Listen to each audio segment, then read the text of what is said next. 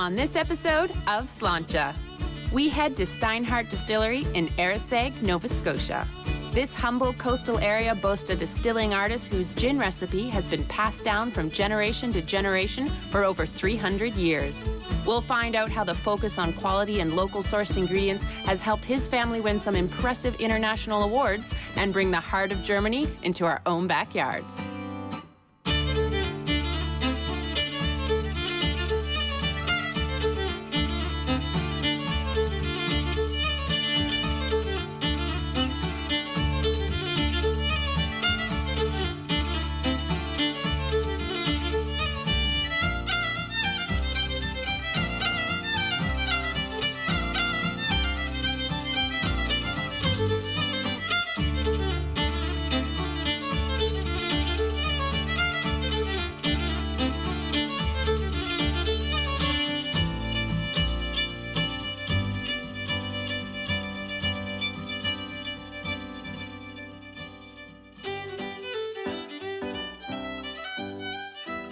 Today, I'm visiting with Thomas Steinhart, a local distiller making world-renowned gin just outside Antigonish.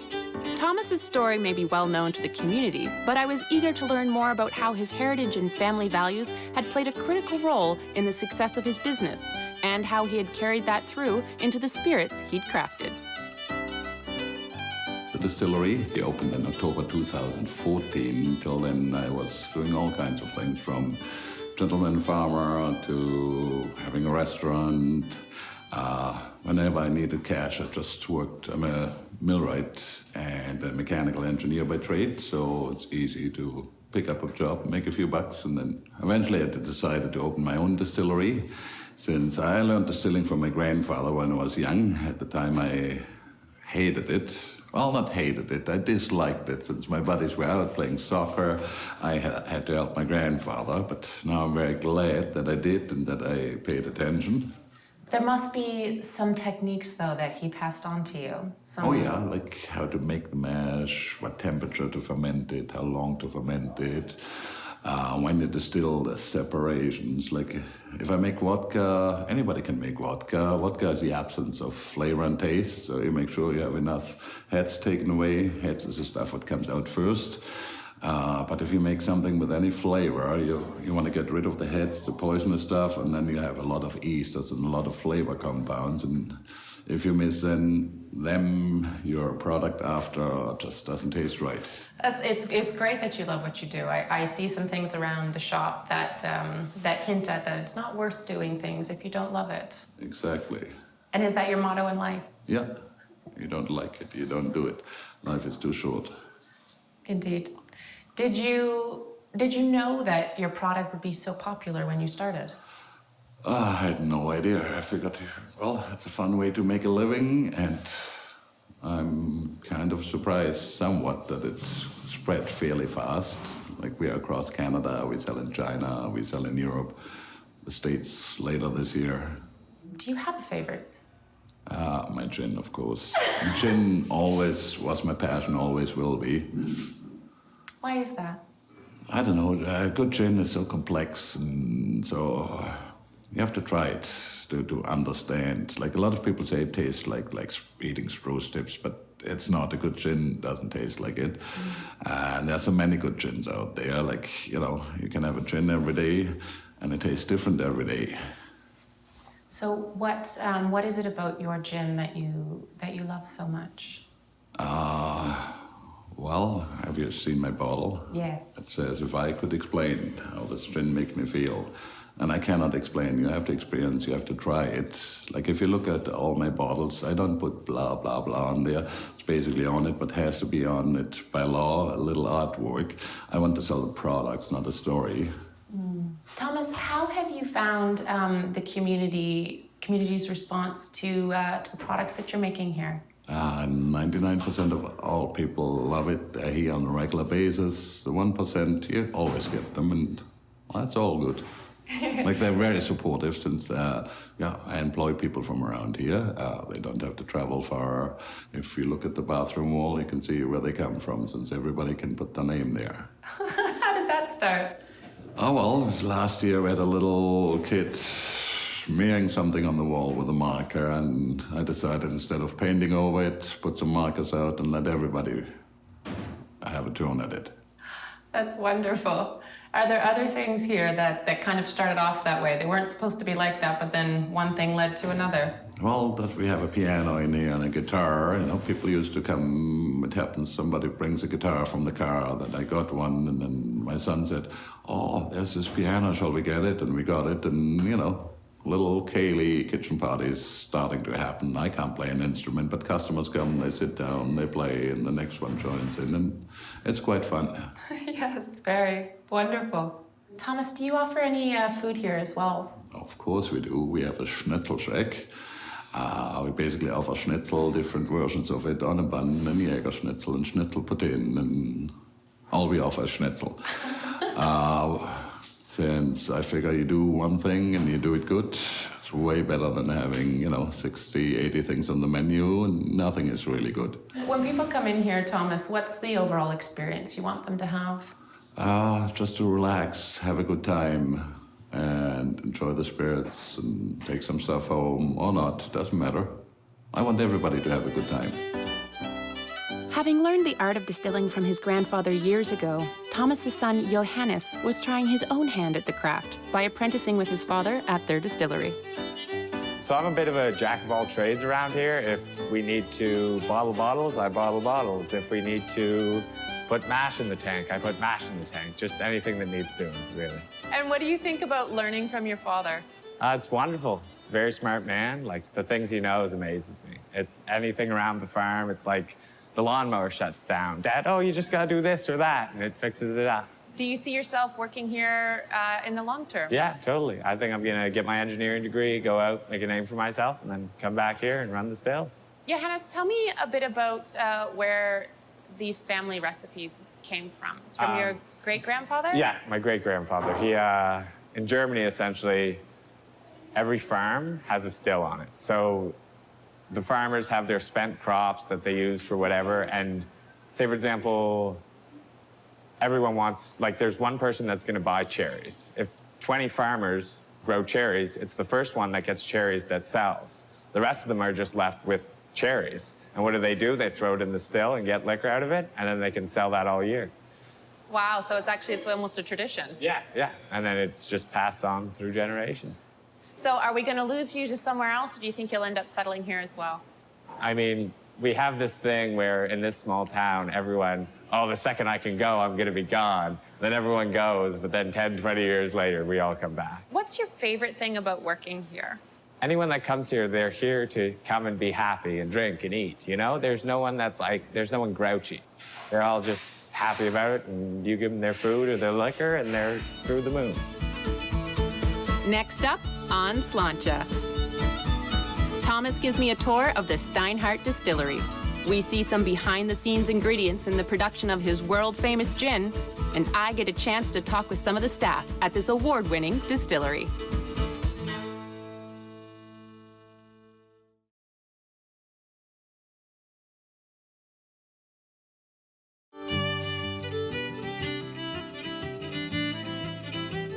Steinhart Distillery outside Antigonish is home to some of the world's finest gin.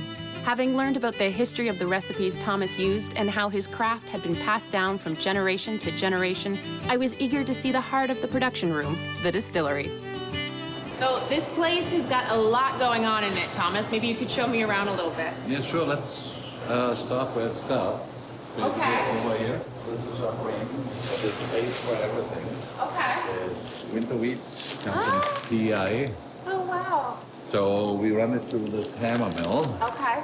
In order to make the mash, basically grind it up here, put it in the tank, there's a big agitator, mix it with water, heat it up, add our enzymes, and, well, that's the quick version. It's a lot more complicated than that. You do have a tendency to simplify, I think, what is a very large process that happens here. Layman's terms, I like that. If I go to a lawyer, I want to hear, that's how it is, not in the technical But terms. you start with the grain, which comes from PEI, and you grind it up over there, and then where does it go And then from it goes there? in the mash tank to ferment. Takes about 3 days.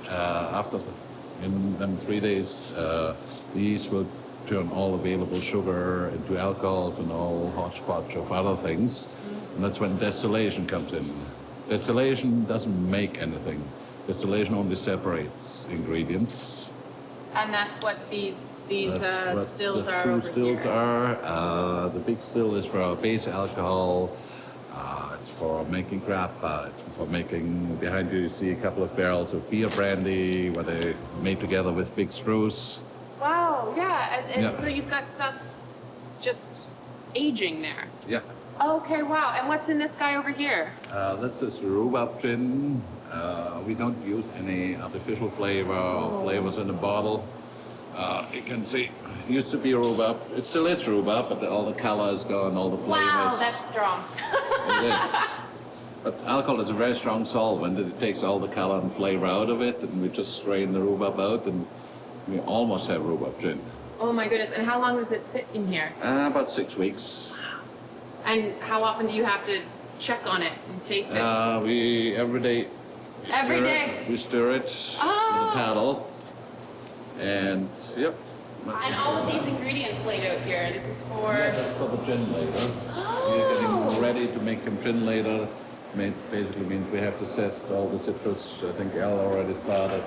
We have our lavender, our orange flowers, ginger, cinnamon, vanilla, hops, Oh my goodness,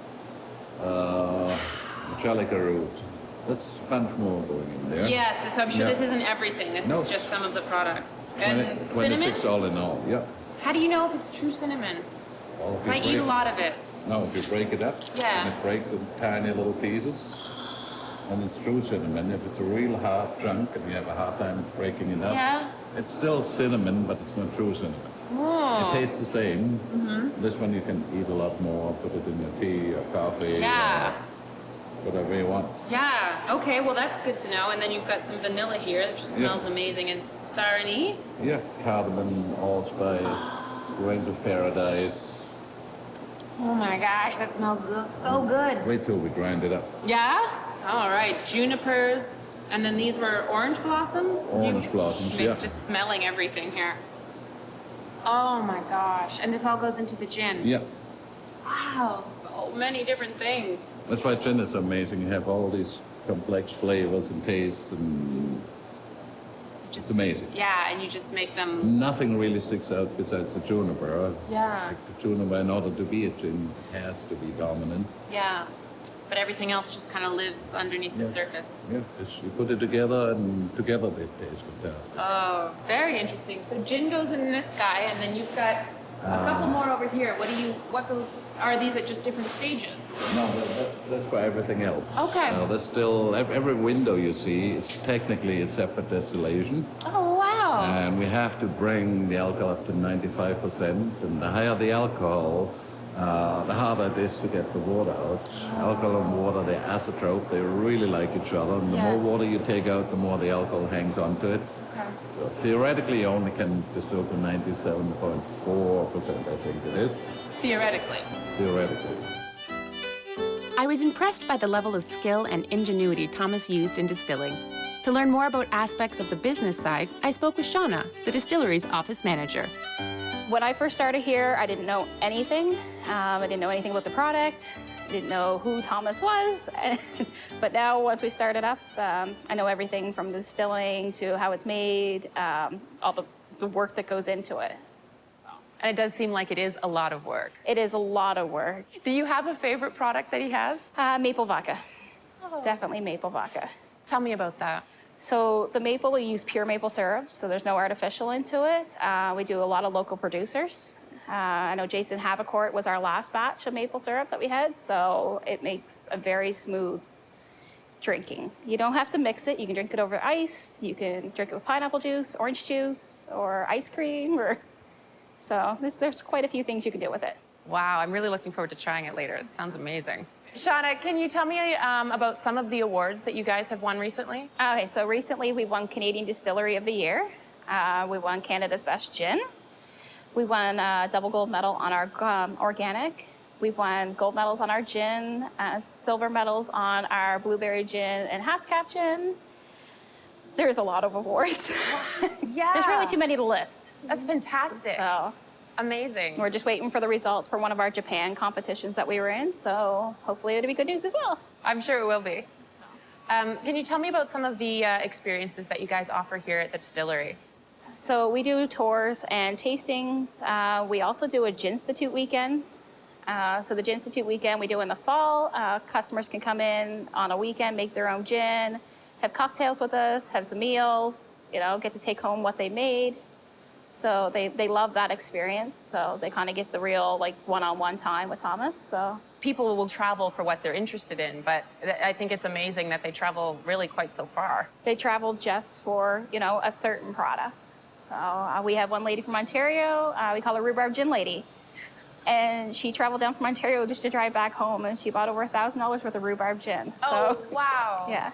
So where are Thomas's products available right now? So we're available in Nova Scotia, New Brunswick, PEI, Alberta, Ontario. We launch tomorrow. Oh. We are in Beijing, Shanghai, Hong Kong, and Germany. Wow. Yeah. And that's in 4 years? Yeah, 4.5 years. Yeah. Next up on Slainte, I chat with Denise, who fills me in on the secrets behind the distillery's success and hints at even more surprises to come. And finally, I'm able to sample the award-winning gin for myself.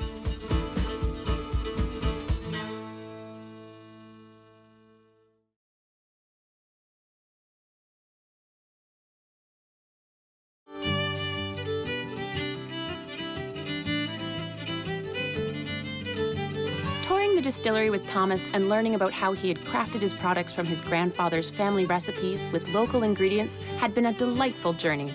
To learn more about what customers could experience at the distillery, I spoke with Denise. So when people come here, they can try some of the liquors, but then you also do cocktails?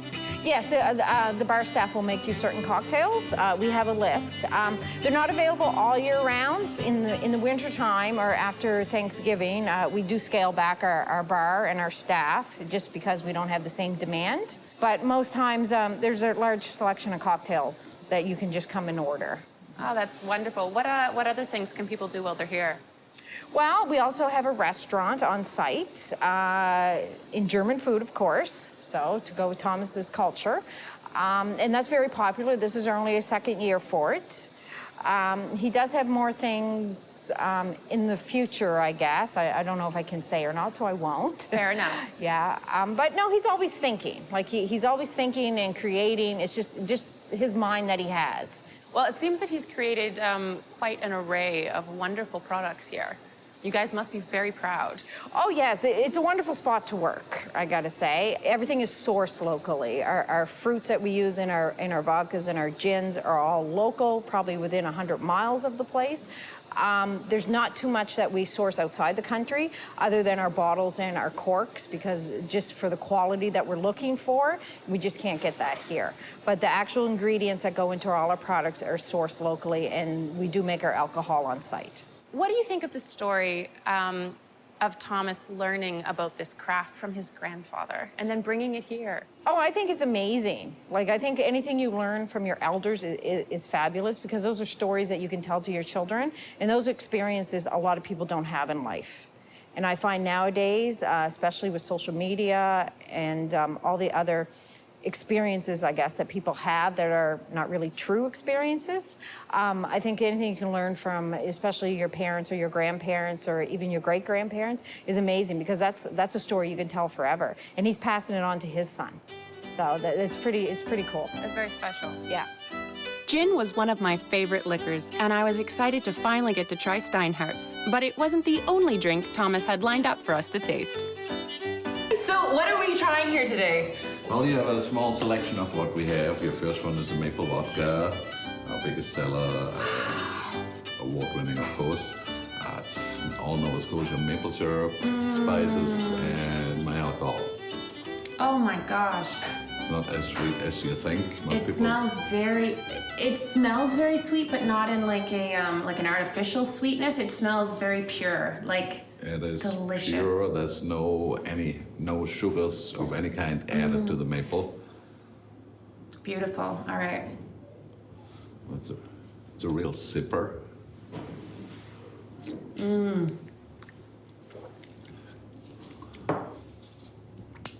That is so smooth and so delicious. That's crazy. There's no shiver and shake in the bottle.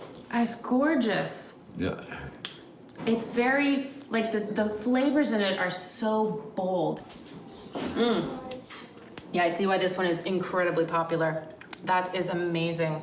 All right, I hate to leave it, but what's this next guy? The next guy is our classic gin, and officially Canada's best gin, period. Not my opinion. Yeah, well, my opinion too, but opinion of the judges at the World Gin Competition in London, the homeland of the gin, and Wow, many different competitions. that's an amazing title. Yeah. You must be Right. very proud. If you like gin, you found your new I favorite do gin. like gin. 26 different botanicals in it. It smells magical. It smells so beautiful. The juniper, of course, is right there.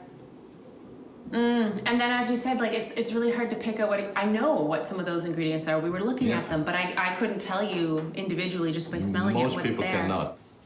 But it smells gorgeous.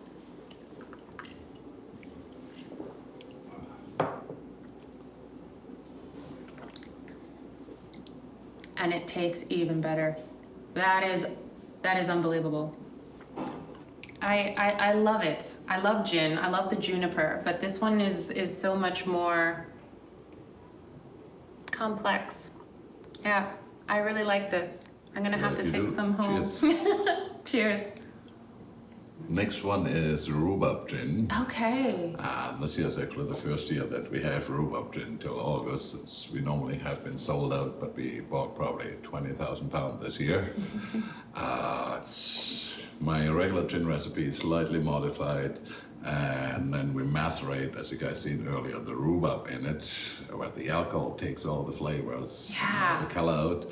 We add a little bit of cane sugar because rhubarb itself is too pucker face. Very tart, yeah. Very tart. It needs a little bit of sugar. Just a hint of it.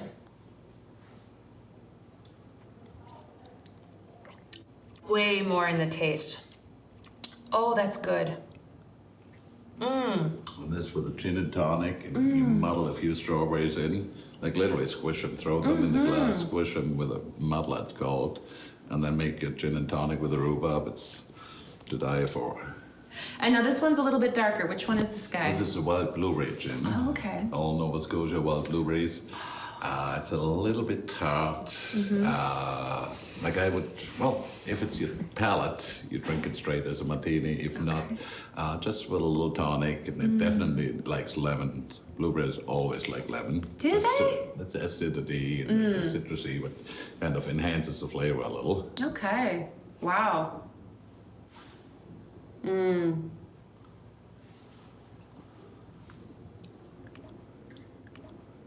Nice. Okay. This one I don't find as sweet as some of the other ones, but you definitely get that blueberry right off, especially on the nose, and then it just kind of like tapers off and it kind of washes away. It's delicious. Atlantic Canada enjoys close roots with Germany, and that bond is made even stronger by entrepreneurs like Thomas Steinhart. With breathtaking views, inviting spirits, and even an assortment of schnitzel items on their menu, Steinhart Distillery is a crucial addition for the Arisaig community. Their focus on quality over quantity, the use of local ingredients, and an obvious care for every aspect of the distilling process makes this destination an absolute must for gin lovers around the world.